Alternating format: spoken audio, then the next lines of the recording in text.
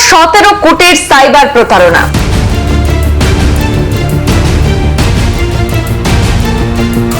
WhatsApp টেলিগ্রামে ফাঁদ পেতে 117 কোটির প্রতারণা।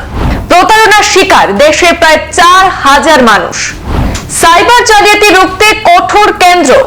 বন্ধ করে দেওয়া হলো 59,000 হোয়াটসঅ্যাপ অ্যাকাউন্ট। সিবিআই নজরে আরো 3,295টি অ্যাকাউন্ট। চক্রীদের খুঁজছে সিবিআই। সাইবার প্রতারণা মামলায় বুধবার দিল্লির 10টি জায়গায় হানা সিবিআই। অভিযানে বেশ কিছু সন্দেহজনক নথি উদ্ধার, বাজেয়াপ্ত বেশ কিছু বৈদ্যুতিন যন্ত্র এবং আর্থিক লেনদেনের হিসেব।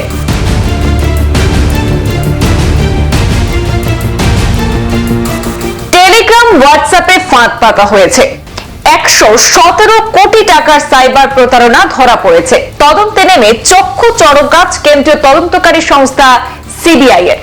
কেন্দ্রীয় তদন্তকারী সংস্থার সূত্র বলছে যে এই প্রতারণা চক্র নিয়ন্ত্রিত হচ্ছে বিদেশ থেকে। তবে প্রতারকদের এপিসেন্টার দিল্লি এনসিআর এলাকা। সব মিলিয়ে 3,000-এরও বেশি সোশ্যাল মিডিয়া অ্যাকাউন্টে নজর রয়েছে সিবিআই এর। 117 কোটি টাকার সাইবার প্রতারণার অভিযোগে বুধবার দিল্লি এবং তার সংলগ্ন অঞ্চলের 10টি জায়গায় হানা দেয় সিবিআই। গত বছরের ডিসেম্বরে একটি অভিযোগের প্রেক্ষিতে কেন্দ্রীয় তদন্তকারী সংস্থা সিবিআই এর এই অভিযান চলে। স্বরাষ্ট্র মন্ত্রকের অধীনস্থ সাইবার ক্রাইম কোঅর্ডিনেশন সেন্টার থেকে একটি অভিযোগ জানানো হয় সিবিআই এর কাছে। তাদের অভিযোগ যে বিদেশ থেকে অজ্ঞাত পরিচয় কিছু সাইবার প্রতারক ভারতের বিভিন্ন প্রান্তে প্রতারণার ফাঁদ পাচ্ছে। অভিযোগ পাওয়ার পর থেকে national cyber crime reporting portal অর্থাৎ এনসিআরপি থেকে প্রায় 4,000 অভিযোগ খতিয়ে দেখেছে সিবিআই।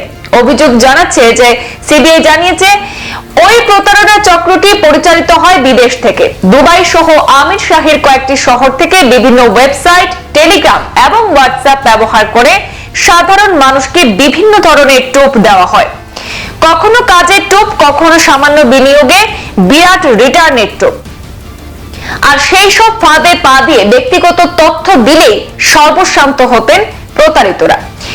এই প্রতারণার জন্য তৃতীয় কোনো ব্যক্তির অ্যাকাউন্ট ব্যবহার করা হতো। এই ধরনের 3,295টি ভারতীয় ব্যাংক অ্যাকাউন্টে সন্দেহজনক লেনদেন নজরে আসে গোয়েন্দাদের।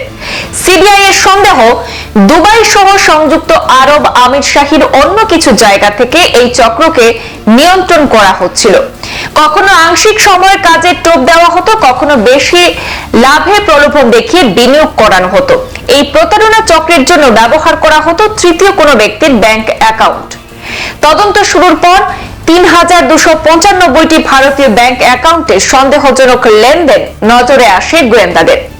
আর এই চক্রের সঙ্গে কারা জড়িত রয়েছে তা খুঁজে বার করতে বিভিন্ন প্রযুক্তিগত সুবিধা ব্যবহার করে নজরদারি চালায় সিবিআই। সেই সূত্র ধরে 10 জন সন্দেহভাজনকে চিহ্নিত করে কেন্দ্রীয় তদন্তকারী সংস্থা ওই সন্দেহভাজনদের সঙ্গে সম্পর্কিত 10টি জায়গায় শনিবার হানা দেয় সিবিআই। তারপরে গতকাল অর্থাৎ বুধবার ফের হানা দিয়েছে সিবিআই। এর মধ্যে 8টি দিল্লিতে এবং 2টি গুরুগ্রামে। বুধবারের অভিযানে বেশ কিছু সন্দেহজনক নথি উদ্ধার করেছেন আধিকারিকরা।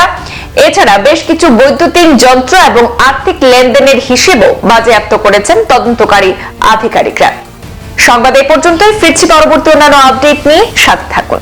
ধন্যবাদ।